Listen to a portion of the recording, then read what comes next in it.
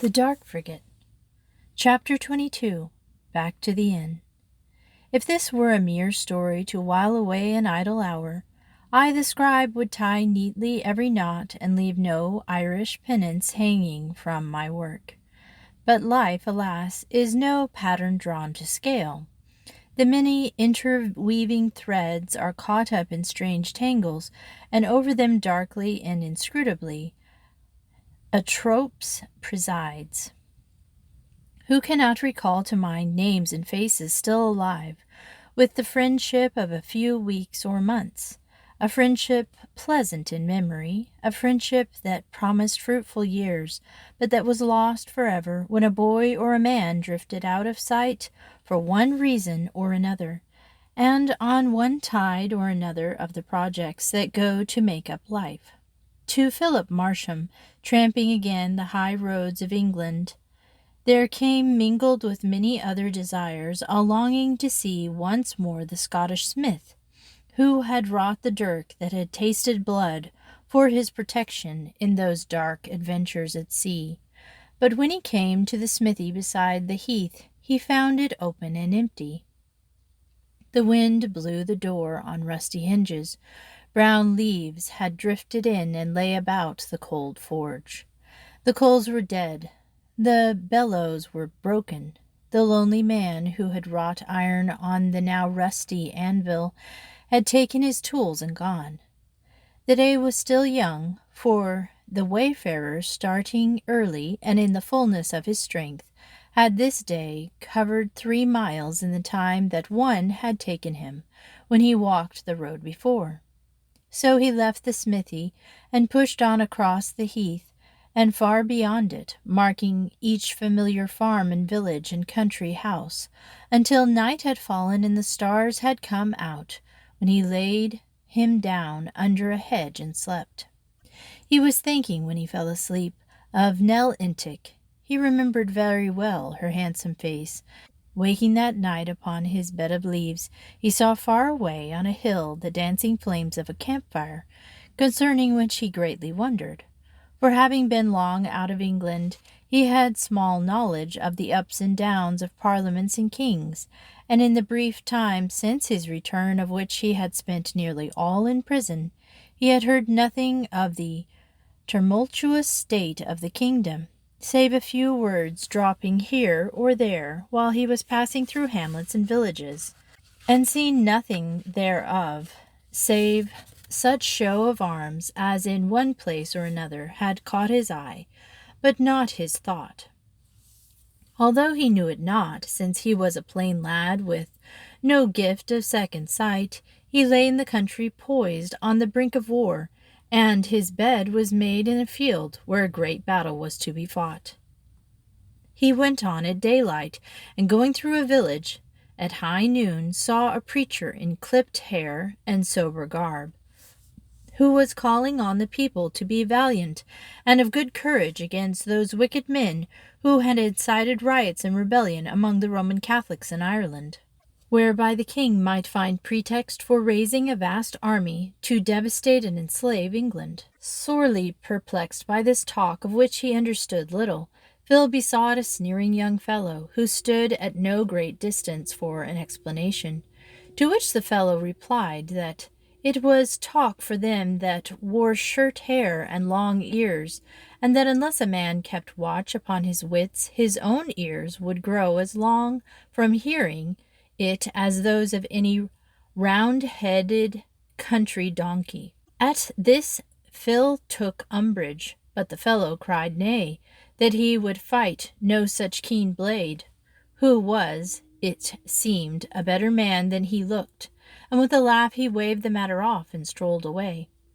So to the end Phil came in due time, having meditated much meanwhile on the talk of the king and war and the rights of Parliament, which was in the mouths and ears of all men. But he put such things out of his mind, when at last he saw the inn, for the moment was at hand, when his dreams should come true, and he should find waiting for him that Nell Intick was still at the inn, giving him a cold beverage. Surely a lad of enterprise who had ventured the world over with pirates, could find in any English village something to which he could turn his hand. Indeed, who knew but some day he might keep the inn himself, or do better, who knew? He remembered little Grimsby, and drew a long breath, caught in a whirl of excitement that set the blood drumming in his ears. He strode into the house and boldly stepping up to the public bar, called loudly, "Halloa, I say! I would have speech of Mistress Nell Intek." From a tall settle in the corner, where he sat taking tobacco, there rose a huge man with red and angry face. "Who art thou," he roared, "that comes ranting into an honest house and bawls out thus the name of Mistress Nell Intek?" There were, as usual, a couple of countrymen sitting with pots of ale, who reared their heads in vast amazement, and in the noisy kitchen down the passage a perceptible hush followed and the loud words. The house seemed to pause and listen. The countrymen set down their pots. There was a sound of creaking hinges and of lightly falling feet. Very coolly, smiling slightly, Philip Marsham met the eyes of the big red-faced man. "It seems," said he, "thou art riding for another fall." A look of recognition, at first incredulous, then profoundly displeased, dawned on the red face, and even greater anger followed. "Thou banging, basting, brawling broger," he thundered. "Thou ill-contrived, filthy villain! Out the door, and begone!" he thundered. "It seems, Jamie Barwick, that thy wits are struck with years. Have care, thy brother is already on the road to Wapping. They have signed and sealed his passage." The fat man came to Phil with the slow gait and the low-hung head of a surly dog. He thrust his face close to Phil's own. "Yea, it is thou," he sneered. "I am minded to beat thee and bang thee till thou goest sulking under the hedges for cover. But it seems thou hast good news. What is this talk of hangman's budget?" "It is true. By now thine excellent brother hath in all likelihood donned the black cap and danced on air. As for beating and banging, scratch thy head and agitate thy memory, and consider if I have given thee reason to hope for quietness and submission." There was a flicker of doubt in the man's eyes, whereby it seemed his memory served him well. "And what meanest thou by saying thou wouldst have speech with Mistress Nell Intek?" he asked suspiciously. "That concerns thee not." "Ha!" he scowled darkly. "Methinks it concerns me nearly." And then a high voice cried, "Who called my name?" And there turned Phil Marsham's face lighted, for she stood in the door. "Back again, John? Nay, John was not thy name. Stay, no, it hath escaped me, but I remember well thy face. And shall I bring thee ale or sack? We have some rare fine sack." He stared at her as if he could not believe his ears. And then, "I have come." She looked bewildered, puzzled, then laughed loudly. "Silly boy," she cried, "I am these 6 months a wife." "A wife?" "Yea, and mine," cried Barwick. "Come, begone. I'll have no puppies sniffing at her heels." At something in the man's manner, the full truth dawned on Philip Marsham. "I see. And you have taken the inn?" "Yea, that I have. Must I split thy head to let in knowledge? Begone." She laid her hand on Barwick's wrist. "The lad means no harm," she whispered. "Come, it is folly to drive trade away." And over Barwick's shoulder she cast Phil such a glance that he knew, maid or matron, she would philander still. But Phil had seen her with a new eye, and the old charm was broken. Perhaps if Tom Marsham had waited a year before he leapt into marriage, I had had no story to tell. All that was best in the father had come down to the son, and Phil turned his back on the siren with the bold, bright eyes. He turned his back on the inn, too, and all the dreams he had built around it, a boy's imaginings raised on the sands of a moment's fancy. Nay, he turned his back on all the world he had hitherto known, with a feeling that he was rubbing from his face a spider's web of soberness.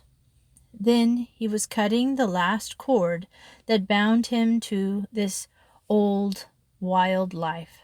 Stirred by a new and daring project, he went out of the inn and turned to the left and took the road in search of Sir John Bristol. Chapter 23. And Old Sir John.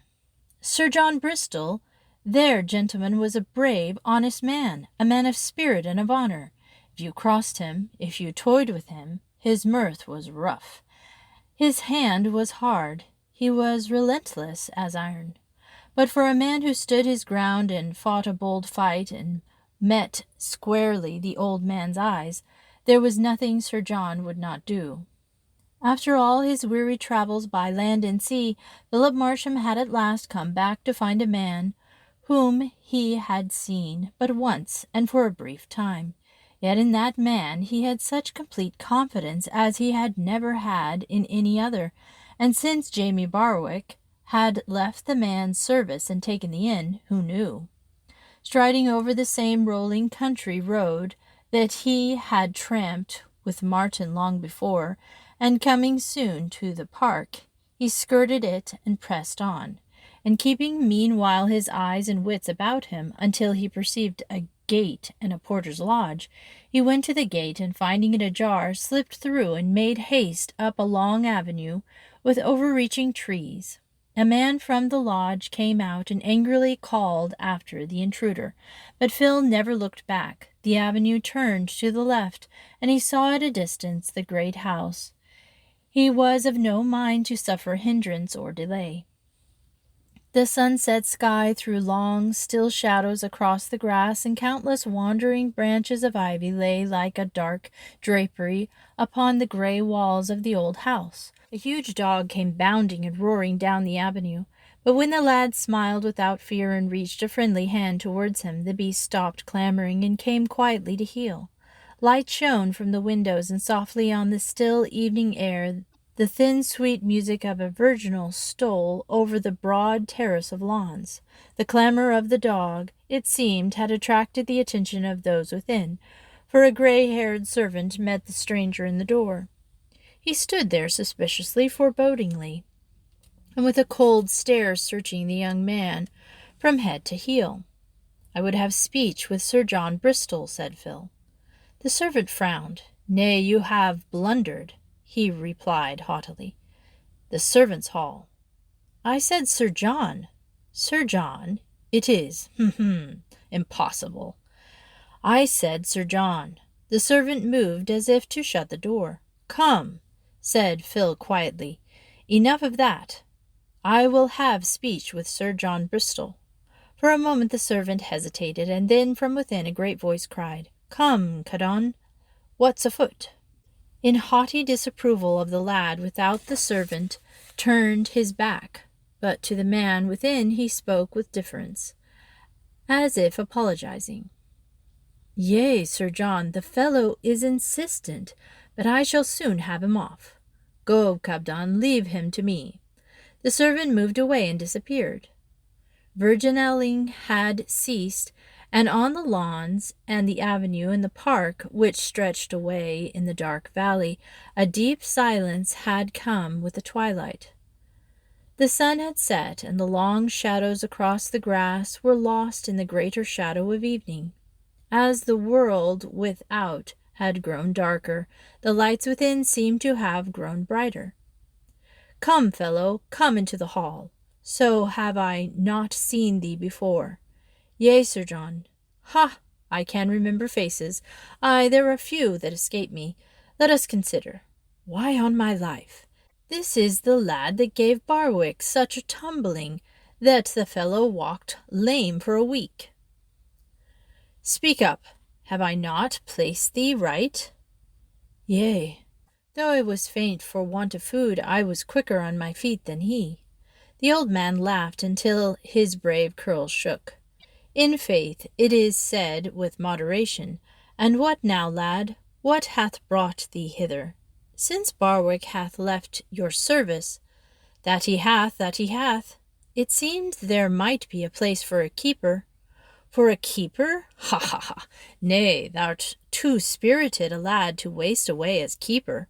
Mark my word, lad, the king will shortly have need for such courageous gallant as thou. Unless I mistake thy spirit, we shall soon see thee riding among the foremost when he chases these dogs of Roundheads into king's kennels, and slit their noses and prick their ears as a warning to all of weak mind and base spirit. I have a taste for such sport, and God knows I am the king's man. Good, say I.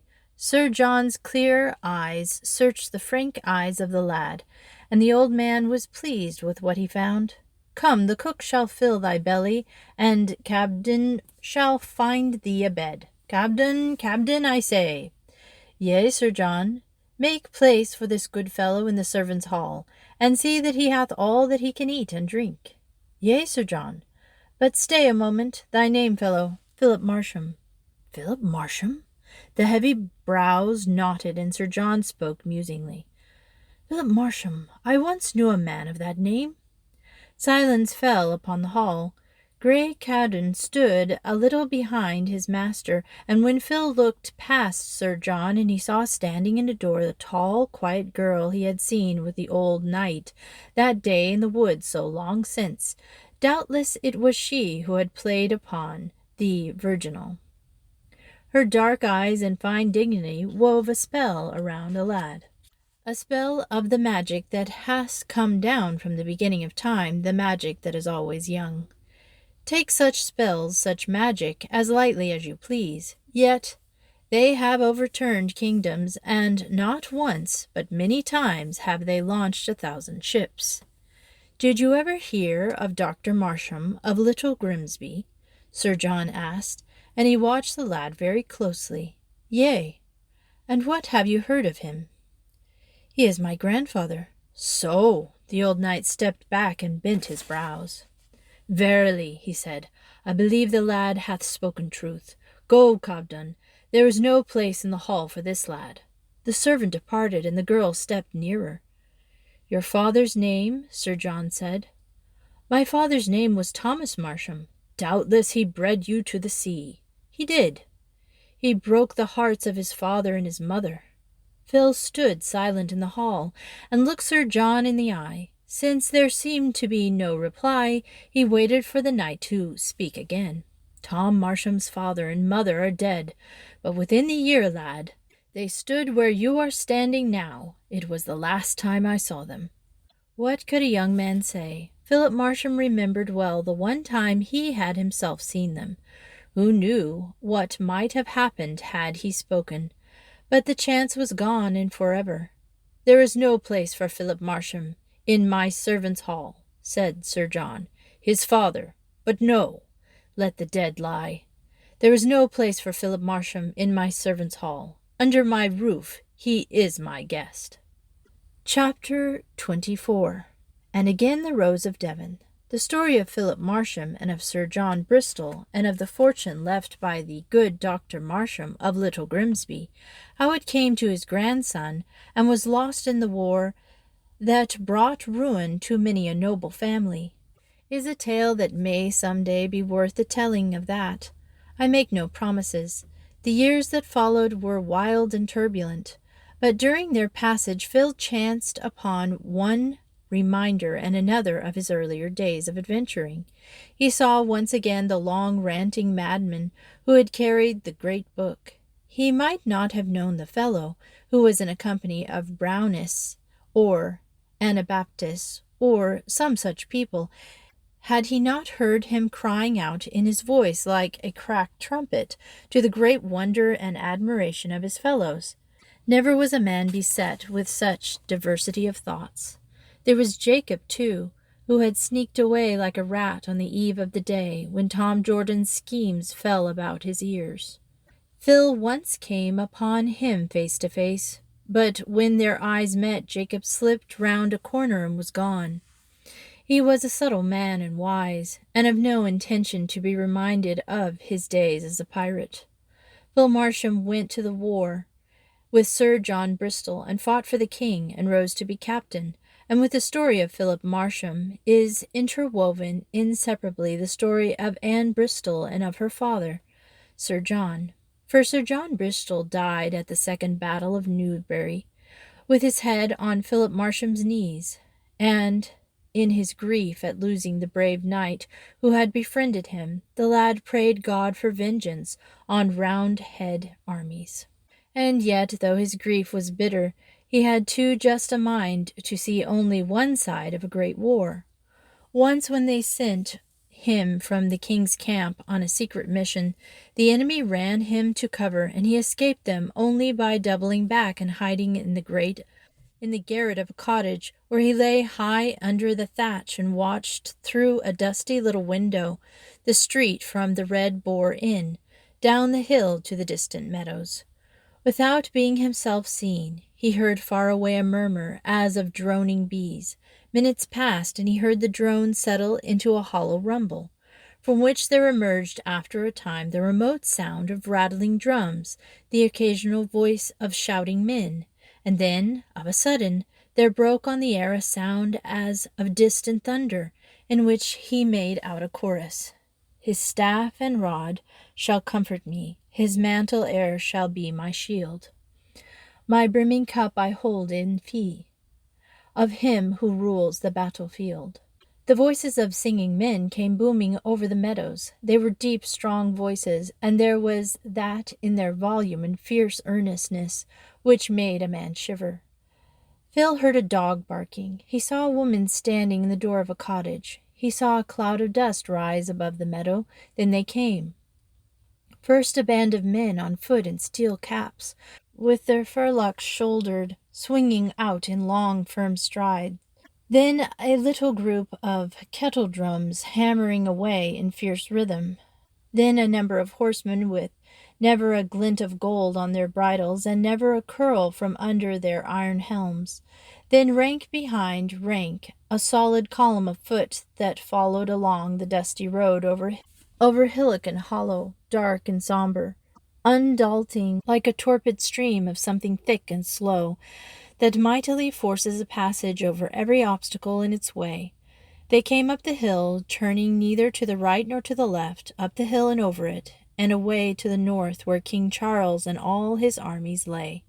It was a fearful sight, for there were stern, determined men. There was no gallant flippancy in their carriage. There was no lordly show of ribbons and linen and gold and silver and lace. They frowned as they marched, and looked about them little. They bore so steadily on, they made one feel they were men of tempered metal, men of no blood and no flesh, men with no love for the brave adventures of life, but with a streak of iron in their very souls. Philip Marsham had heard the men of the Rose of Devon go into battle with cries and shouting, and laugh when they killed. He had seen old Sir John Bristol throw back his head proudly and jest with the girls of the towns on their march. But these were men of another pattern. He became aware as he watched them go by, and he then knew the meaning of fear. Safely hidden though he was behind the dirty and small window in the gable, for had one man of those thousands found him there, it would have ended the fighting days of Philip Marsham. He became aware that here was a courage so stubborn there was no mastering it, that here was a purposeful strength such as all the wild blades of his master's camp could never match. Their faces showed it. The marching rhythm of the never-ending column was alive with it. Behind the first regiments of infantry, horsemen came, and at an interval in the ranks of the cavalry 5 men rode together. The eyes of one, who led the 4 by a span of 2, were bent on the road, and his face was stern and strong and thoughtful. As Phil watched him, the first hesitating surmisal became conviction. The long afterwards he learned that he had been right. From his gable window he had seen Oliver Cromwell go by. All that afternoon the column streamed on, and in the early darkness Philip fell asleep to the sound of men marching. In the morning they were gone, and he went on his way and fulfilled his mission. But though the king's men fought with a gallantry that never lessened, The cause of the king was lost, and the day broke when Philip Marsham was ready to turn his back on England. So he came a second time to the harbour of Bideford in Devon, and had it in his mind to take ship for some distant land where he could forget the years of his youth and early manhood. He was in the mood then to envy Sir John Bristol and all the gallant company that had died on the fields of Naseby and Newbury, and of the many another great battle, for he was the king's man, and great houses of country had fallen, and many lords and gentlemen whose estates had gone to pay the cost of Cromwell's wars had as much reason as he, and more to wonder at the sight of deep water, whether it was better to seek one's fortune at sea. There were many vessels in the harbor, and his gaze wandered over them, ships and pinks and ketches and single gallots from Low Countries, until his eyes came at last to the one of singularly familiar aspect. He looked at her a long time, then strolled down and accosted an aged man who was warming his rheumatic limbs in the sun. "What ship is that?" asked Captain Marsham. "Which lies yonder in line, with the house on the farther shore to the right of the 3 trees." The aged man squinted over to the harbor to pick up the bearings his questioner had given him, and cleared his throat with a husky cough. "Why, that," he said, "be the frigate they call Rose of Devon." "The Rose of Devon? Nay, she cannot be the Rose of Devon." "Can and be. Why does he look so odd, sir?" "Not the Rose of Devon. Art he Adel?" He laughed like a cackling hen. "Ay, and yon's her master." The master turned when the young captain accosted him, and replied with reasonable civility, "Yea, the Rose of Devon, Captain Hostner, at your service, sir." "Passage?" "Yea, we can take you. But you're an odd sort to ask passage, ere ye know whether she sails. Is it murder or theft?" "Neither. The old order is changing, and I would go abroad." "To the colonies?" "They tell me all the colonies are of peace with these Roundheads here, and that as many psalms are whined in Boston in New England as in all the conventicles in London." He laughed in good humor. "You are rash," said he. "Were I of the other side, your words might cost you your head. But we're going south to Barbados, and there you'll find men to your own taste." Captain Philip Marsham wished no more than that, so he struck a bargain for passage and paid with gold, and sailed from England for the second time in the old Rose of Devon, the dark frigate that by God's grace had come back to Bideford in the hour when he most needed her. The end. I hope you've enjoyed this sea tale. I don't really know much about English history where he was speaking of the wars. I was kind of hoping he'd meet that Scotsman again, but he didn't. But I really enjoyed the part where the Scotsman made the knife for him, and when the Captain Candle fought against the bad guys, and then, of course, all the pirate stuff was cool. I'm glad that in the end they got caught. I hope you have a great day, and thanks for listening to Miss Retro Reads.